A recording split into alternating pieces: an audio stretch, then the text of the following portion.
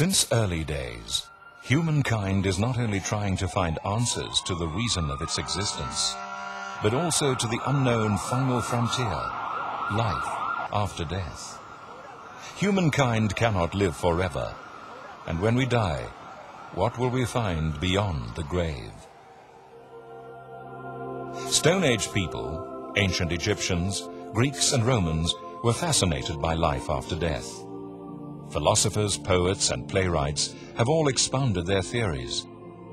Artists give their own impression of life after death. In keeping with traditional views, John Milton's Paradise Lost and William Blake's Marriage of Heaven and Hell are two prominent literary classics that also influence society's attitudes and views regarding the afterlife. Arguably the most influential work, though, was Dante Alighieri's Divine Comedy, the three-part poetry epic which journeyed through Inferno, Purgatorio and Paradiso, or Hell, Purgatory and Heaven. Towards the end of the 20th century, a phenomenon arose in which people reported near-death experiences, otherwise known as NDEs, in which they encountered some form of afterlife reality. Modern medicine began referring to these occurrences as the Lazarus phenomenon, after the biblical character that was revived by Jesus 4 days after his supposed death. This phenomenon of NDEs, in which revised patients report an extension of consciousness beyond clinical death, has been documented for centuries. Cool my tongue. I'm in agony in this fire. Shafts of radiance came out from the central core. It was like a white fire.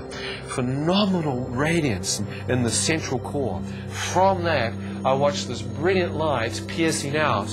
I thought even the stars in the universe, even the constellations, must find their energy source from this focal point. What is that light? Words appeared in front of my eyes. God is light, and in him there is no darkness at all. I wonder if I could just see his face. I'll know who God is. As I got within a few feet of his presence, I began to place my face into the light. And then, as I'm going down into this, I begin to look into the flames. And I begin to see people. I mean, there's thousands. There's too many. I don't know how many people are in the flames, and they're screaming, and their arms are flailing, and their bodies are rolling, and they're burning all over. They're burning like in liquid fire. But what exactly is an NDE experience, medically speaking? As the name NDE implies, these people have some event in which they are severely physically compromised. Generally, there's a severe physical malady that occurs suddenly or at the end of a chronic illness. NDEs are often associated with cessation of heart function and cessation of breathing function, or very often both.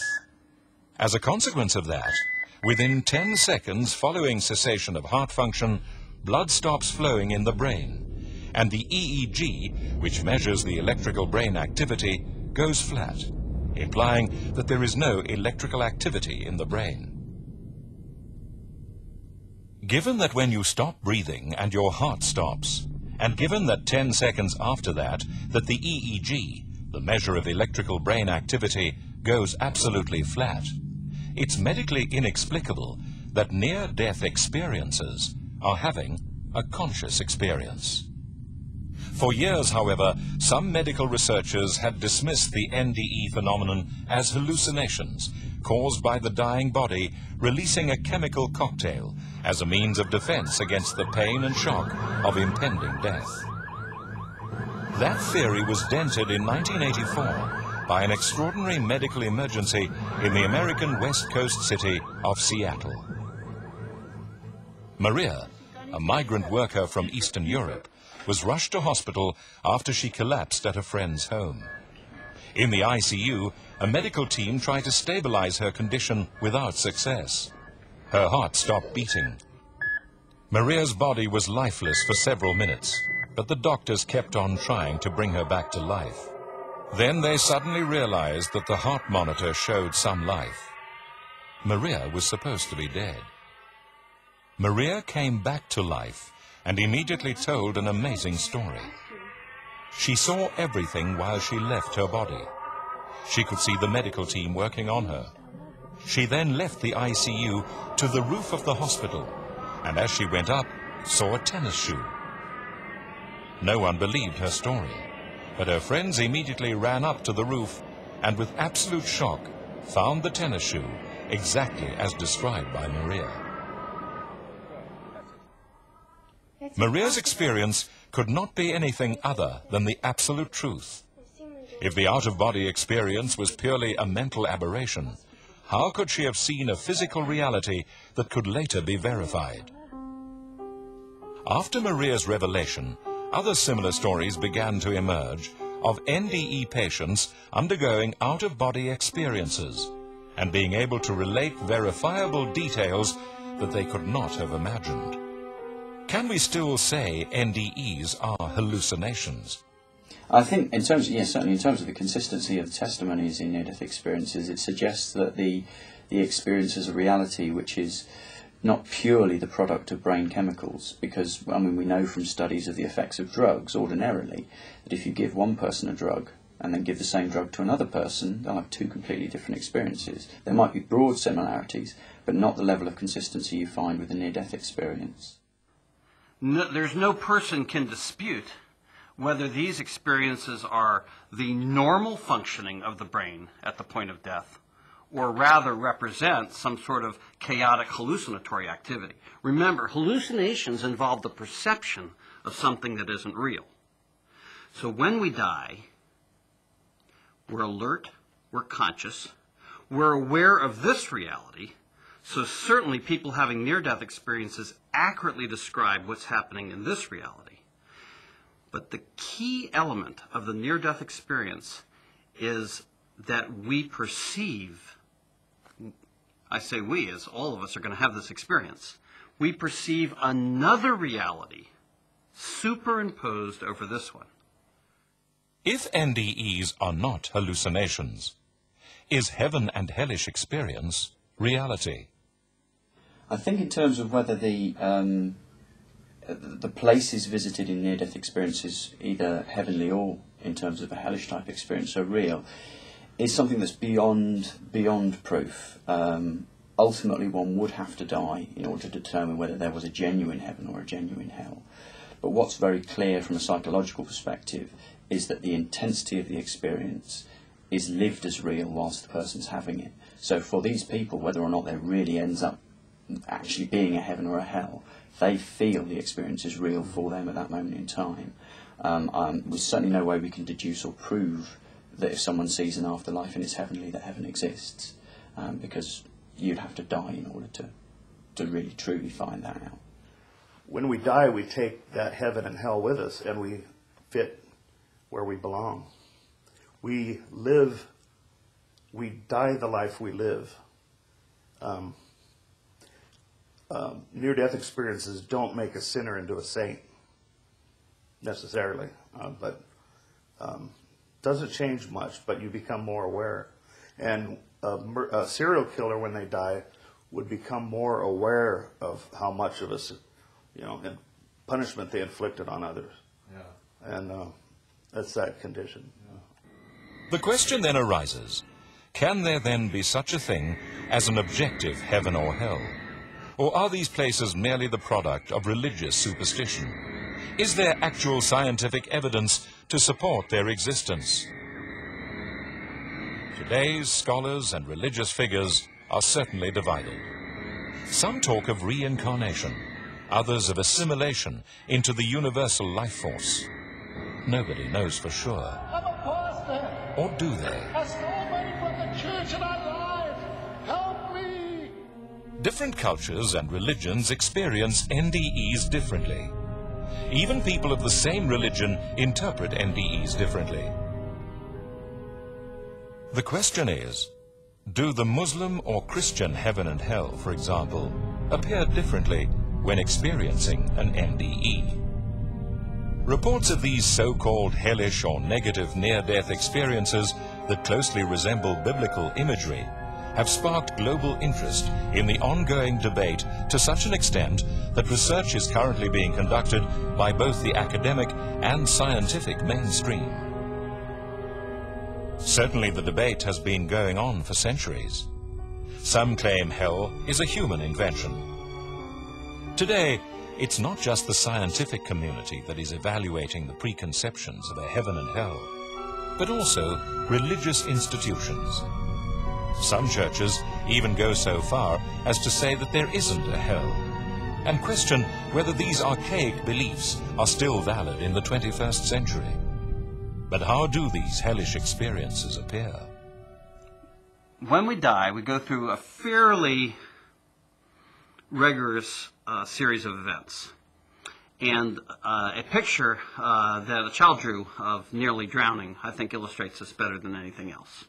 And we can see in this picture, the first thing he draws when he nearly drowned is he states that hands reached inside his body and pulled him out.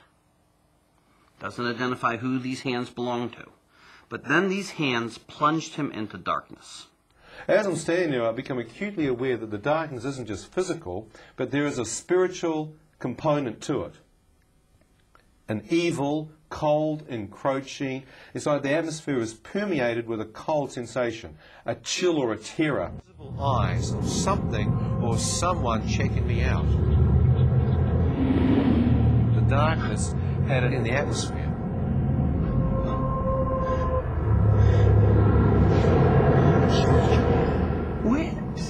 Where am I? Shut up!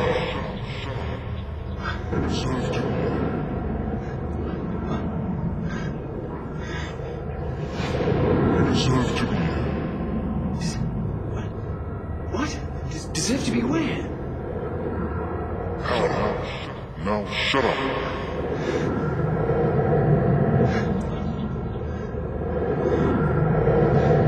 As I stood there, realizing I could actually be in hell. And then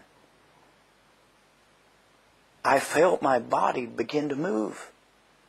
I was strapped to a gurney, but it was like my body began to float. And I'm floating through this smoke. And I'm going faster and faster. And I can't understand what's going on. And I begin to hear voices all around in the smoke. And the voices are crying. The voices are screaming. And there's all kinds of groaning. And then it's like I'm coming out of this smoke, like I'm coming out of a tunnel. And I'm looking down into what appeared to be the open mouth of a volcanic crater, like a burning lake. And I'm falling into this. I'm just going down into this, and I have no control.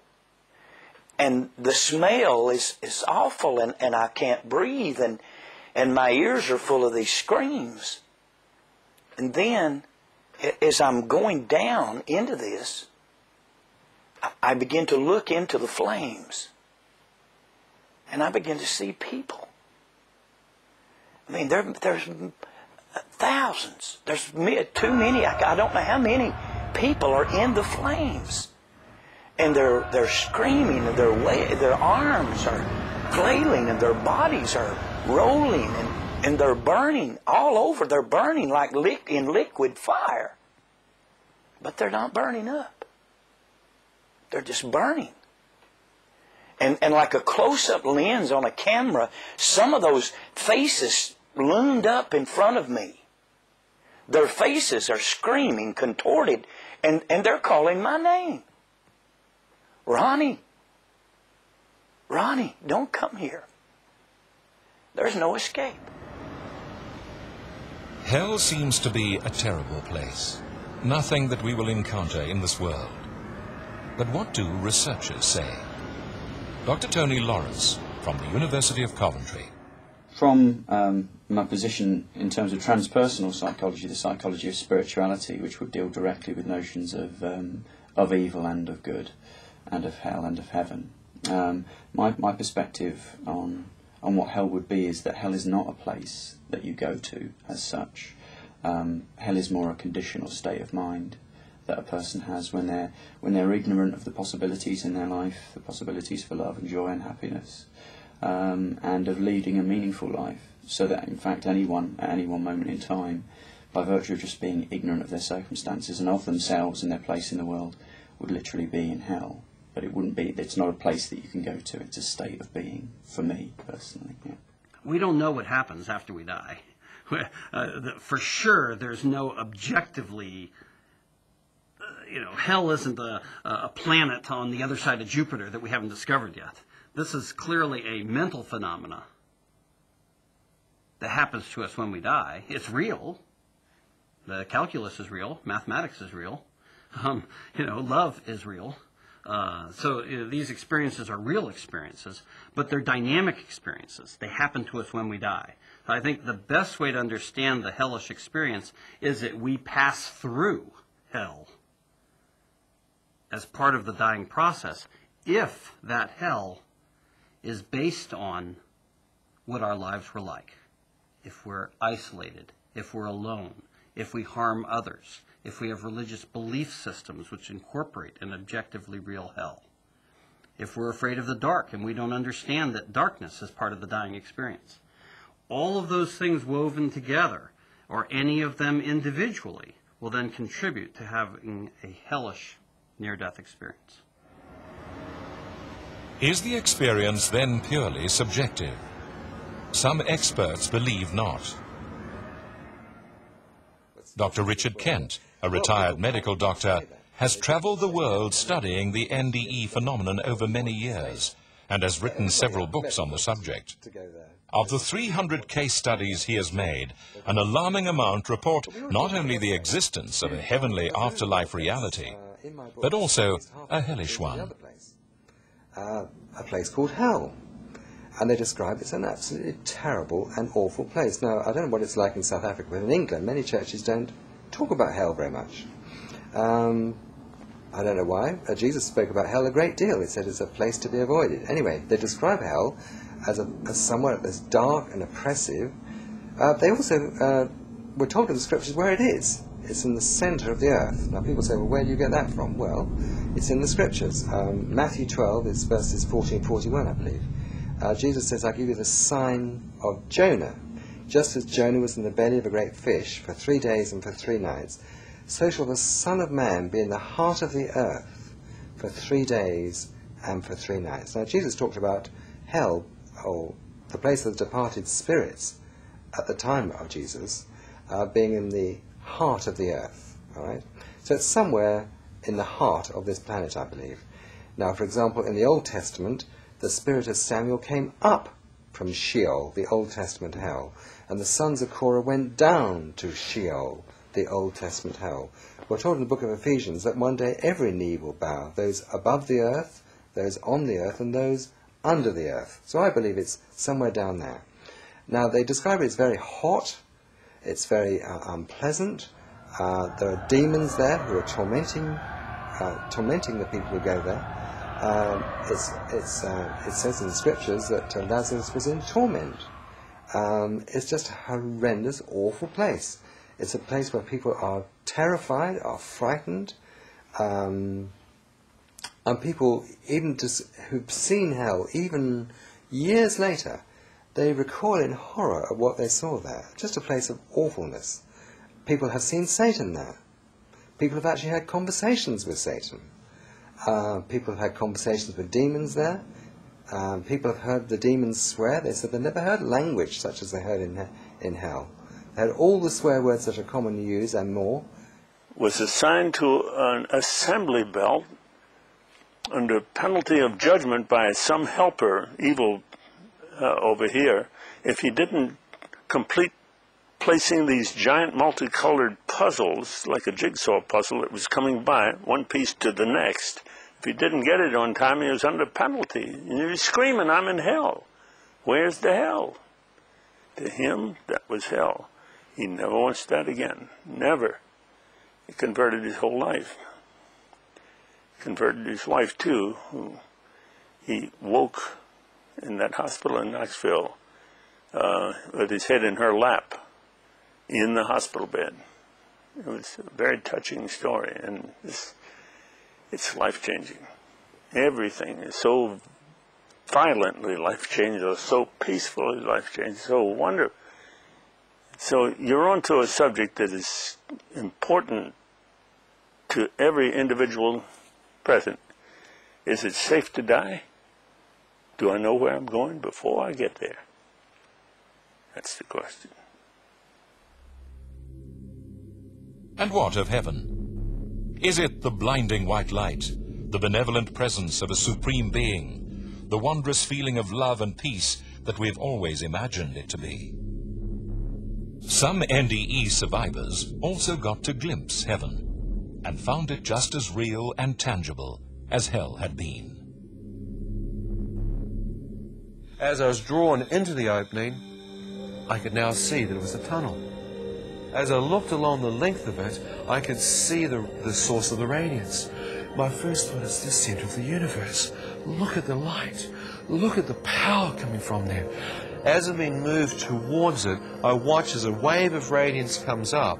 As this wave of light comes off the source, it touches me, and I feel warmth, comfort. All that kind of fear and darkness just seems to go out of me, and I feel a living light flow through me. Shafts of radiance came out from the central core. It was like a white fire. Phenomenal radiance in the central core. From that, I watched this brilliant light piercing out.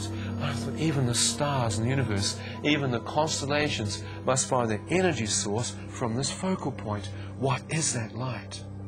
Is there someone in there surrounded by this radiance? As I questioned that in my own mind, a voice spoke to me from the center of the light.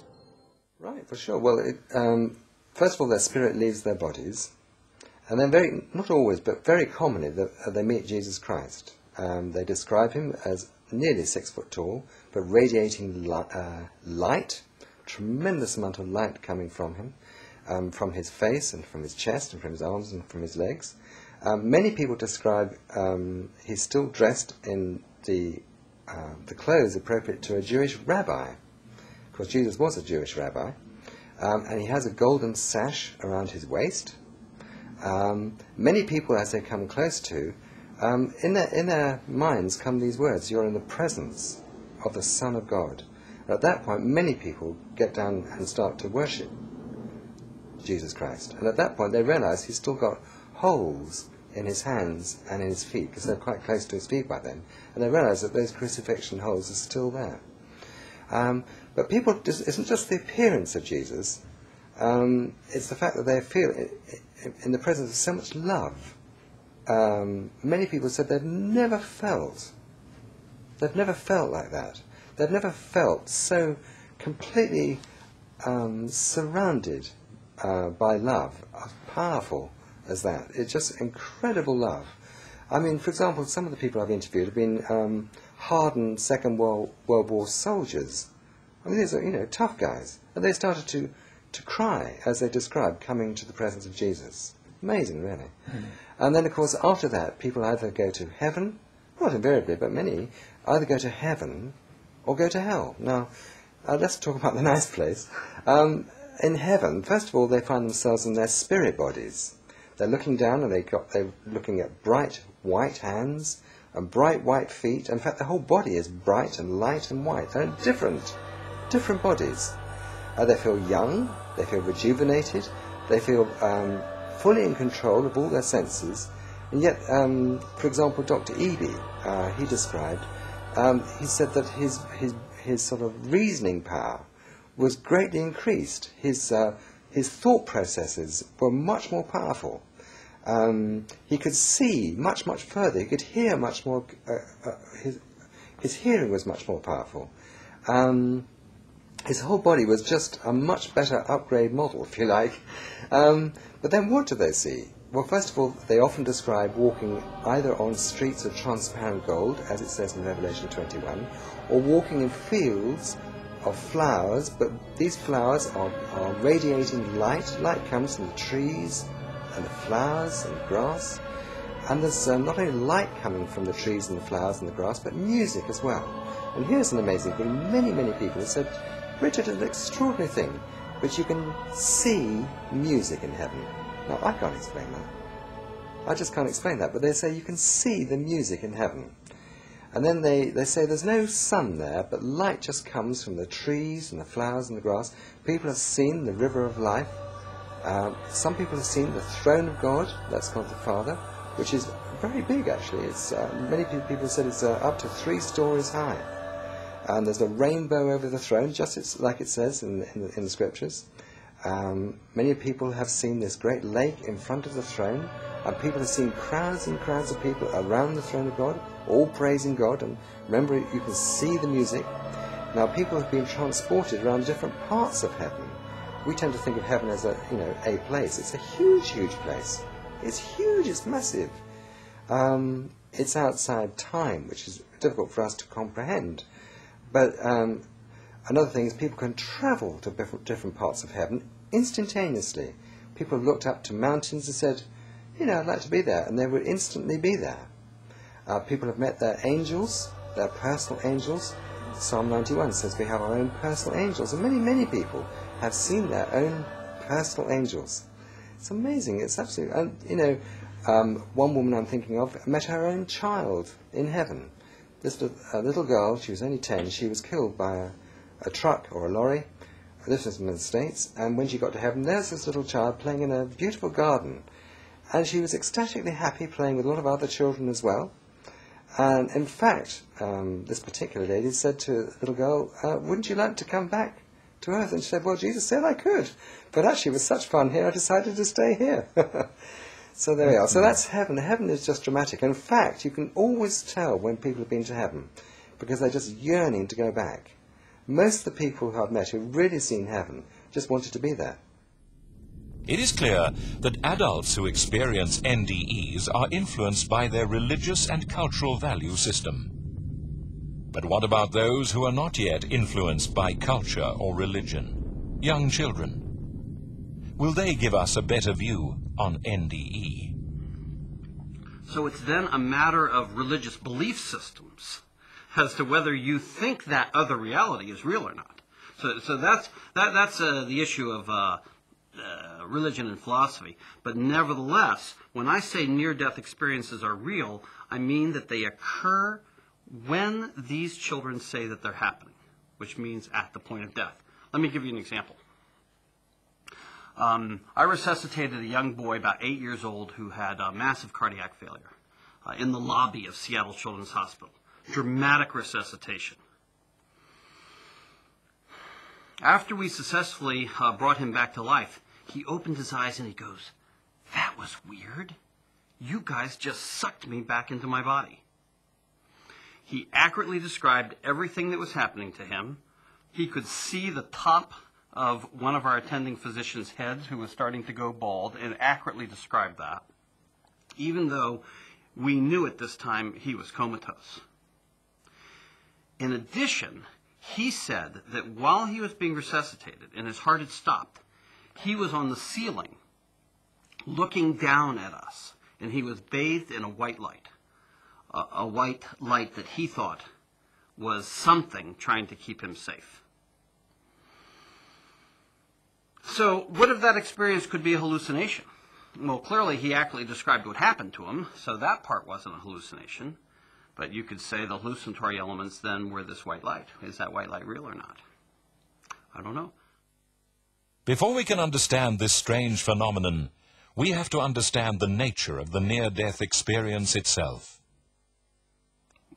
When we die, we go through a fairly rigorous series of events. And a picture that a child drew of nearly drowning, I think, illustrates this better than anything else. And we can see in this picture, the first thing he draws when he nearly drowned is he states that hands reached inside his body and pulled him out.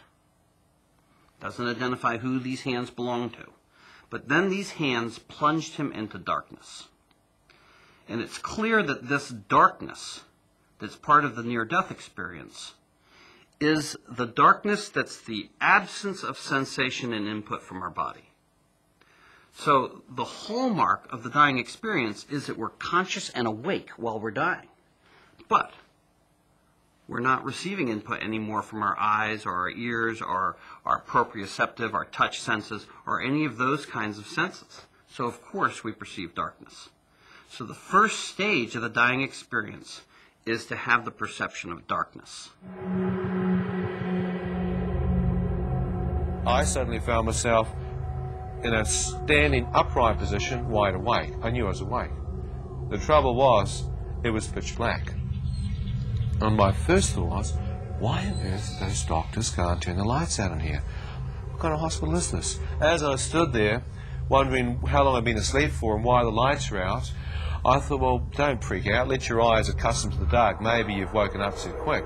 So I kept looking, thinking my pupils had dilated. No light. Couldn't see a thing. It was pitch black, like a dark room. So, well, okay. There must be some light in here somewhere. So I turned around 360 degrees, checking out to see if there's some light. Couldn't see a thing. As I went out to my right, I couldn't find the wall. I thought, that's weird. Did they move me? So I started moving back to the left, groping around looking for my bed. Couldn't find it. I thought, great, you idiot, now you've lost your bed. How on earth did you do that?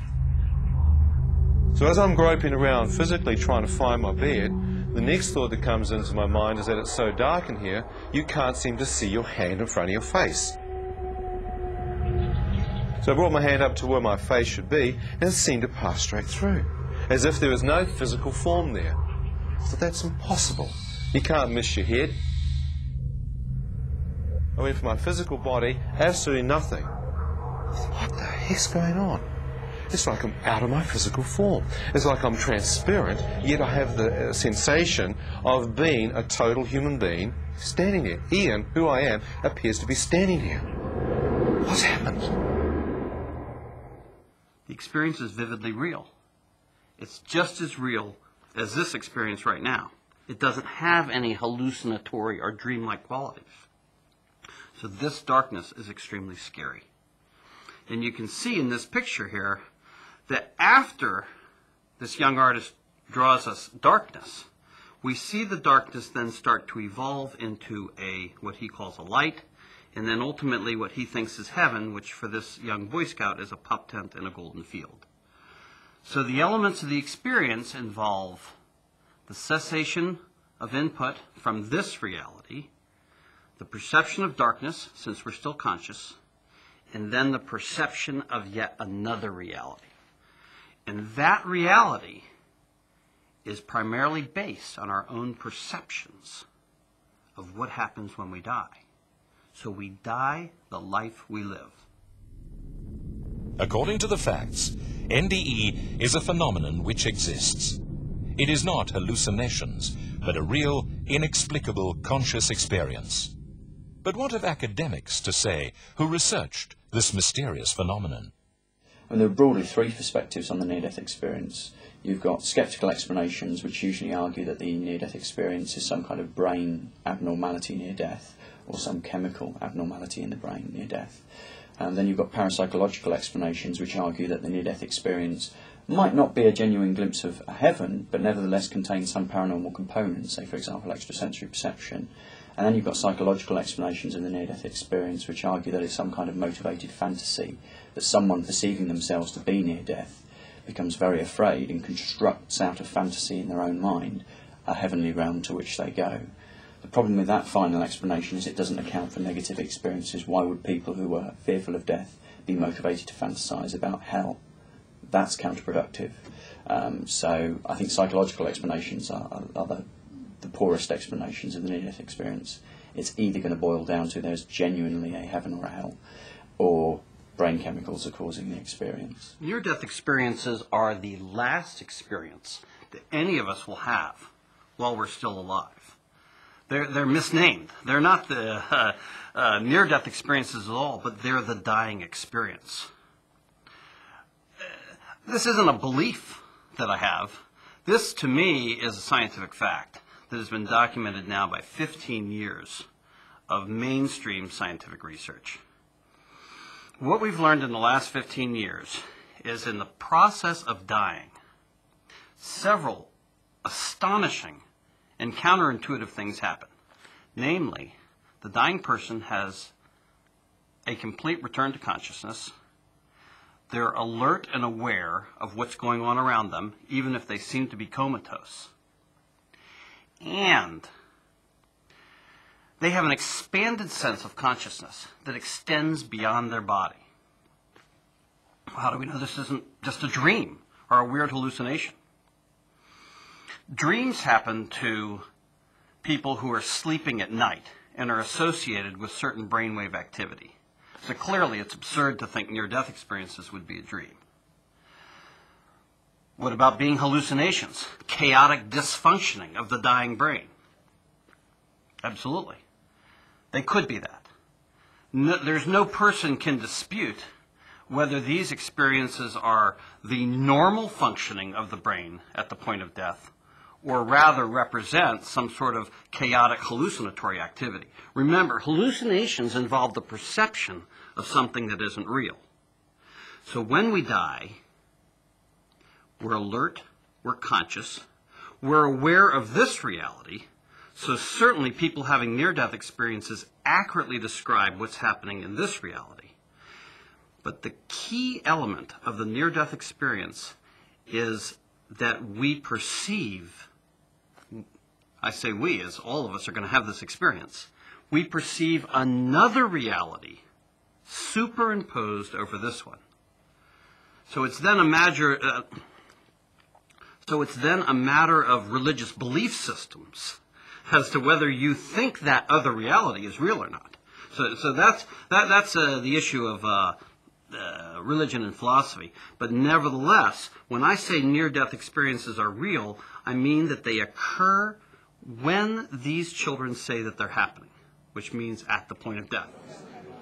One group that understands NDE all too well is IONS, otherwise known as the International Association for Near-Death Studies.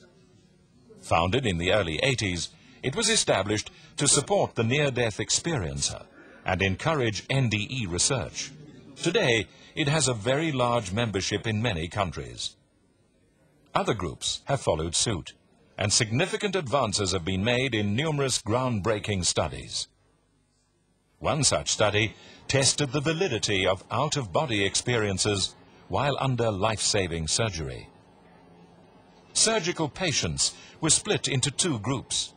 The first group claimed to have an out-of-body experience while under anesthetic. The second claimed to have had no out-of-body experience.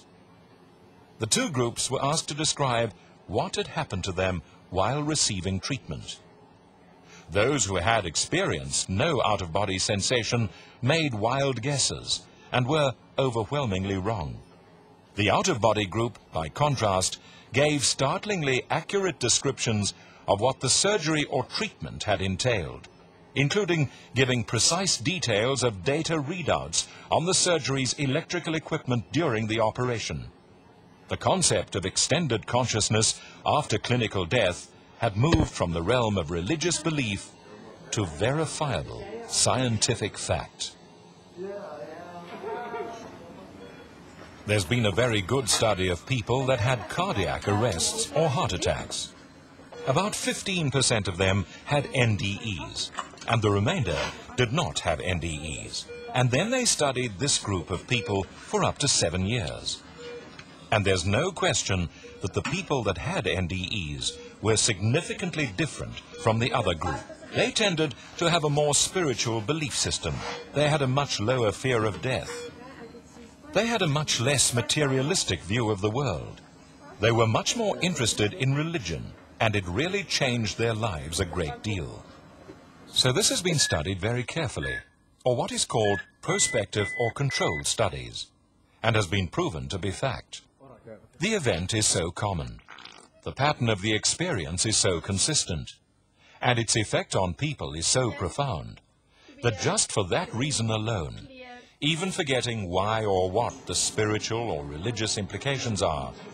NDEs are something that affect a lot of people in a major way. Interestingly enough, another study, quite separate from the NDE, has also lent remarkable authenticity to the Lazarus phenomenon. Dr. James Winery, head of the U.S. Air Force's Aeronautical Research Unit, has come up with some fascinating insights into loss of consciousness. Dr. Winery works specifically with fighter pilots, exposed to acceleration stress of up to 9 Gs. That's 9 times the gravitational force on Earth. It's his job to put protective measures in place in order to ensure their safety. Now, one of the things that we began to look at from the science standpoint was in understanding loss of consciousness, especially when blood flow stops to the brain. We began to look at other events that humans go through, like cardiac arrest, sudden death episodes where an individual's heart stops or he has a rhythm disturbance that prevents blood flow from going to the brain. We were looking at what scientists were doing over in those areas. And we began to see that individuals that had sudden death, cardiac arrest, those kind of things, we began to see people reporting the experiences that those people had. And when we began to hear what individuals that had what were called near-death experiences were having these kind of experiences of dreams or being out of body or those kind of things, we really began to look at our information, and we said, boy, our folks are having a lot of the same symptoms that are being reported with sudden death and cardiac arrest. So we were really on track of a very hardcore traditional applied research medical program, and it just so happened that the information that we had from loss of conscious episodes was matching fairly closely the information we were getting from the literature in terms of sudden death, cardiac arrest, and near-death experiences. So we thought it would be interesting to the general scientific community to hear what our experiences were in completely healthy people having blood flow stop to their brain, losing consciousness, returning blood flow, consciousness returning. We thought that would be at least a slice of information that might help individuals that are investigating near-death experiences might be interested in. I think, as a traditional scientist, I think what our experiments really do is really lend tremendous credibility to what individuals that are having near-death experiences are saying. You really need to listen carefully, because our results suggest, incidentally, coming late on the scene, that what these individuals are experiencing are reported very accurately. So I think our experiments really lend a lot of credibility to that. I don't think our experiments give the final answer. I think they give you a lot of insight into probably what's going on in the brain, but boy, and there are things that our experiments don't show.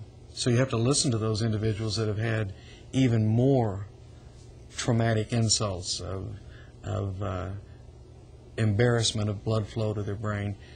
They may well be experiencing things that we don't have, but the things that we're seeing certainly lends a lot of credibility to listen to what things they experience that we don't, that may truly give you insight into spiritual and other understandings of life and death and what we're all about.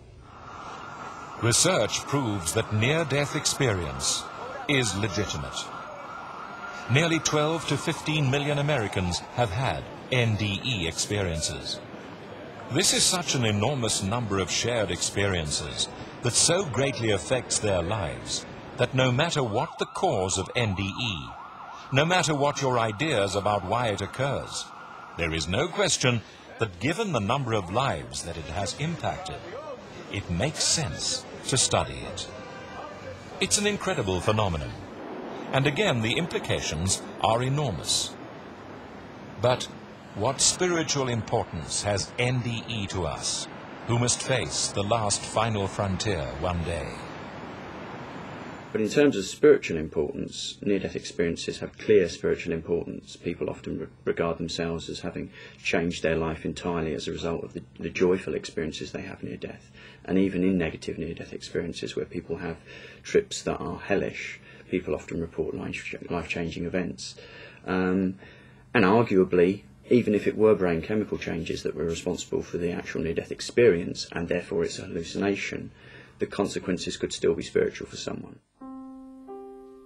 For mankind, the NDE phenomenon holds a message. Death is reality, and according to research and those who have witnessed heaven and hell through NDE experiences, we must think about our own lives. We will die as we live. What people are describing are very, very clear-cut, life-changing situations. Now, I think you mentioned you saw Ian McCormack, and when all's said and done, he's been travelling around the world for nearly 20 years. And he, like many, many of the others, recalls exactly what he saw, right to the very finest detail. And although he has been recounting his experience, and many others have as well, probably 2 or 3 or even 4 times a week for all these years, you can look at old videotapes, and what they described hasn't changed at all. It simply hasn't changed. And in fact, this event is the single event in their lives that they remember most clearly, unlike hallucinations. The other thing, of course, that these are life-changing events. I've interviewed probably over 300 people who've had these experiences, and all of them have been dramatically changed. Their lives have been changed by these near-death experiences. You can't say that about hallucinations. Hallucinations simply aren't life-changing experiences, whereas near-death experiences, when you meet Jesus Christ and either see heaven or hell, they are dramatic, riveting, life-changing experiences, and almost invariably people's lives are dramatically altered as a result of these experiences. So personally, and also because of the fact that the near-death experience accounts are so remarkably similar not only to each other but also to the Bible, I personally believe that these are real events and people are describing real events. Those people who have had near-death experiences, who have crossed the unknown final frontier, bring a clear message. Heaven and hell is a reality. More and more scientific evidence proves that life after death does exist. Eventually we will all die and have to cross the final frontier, either to heaven or to hell. But where we are going is a matter of choice.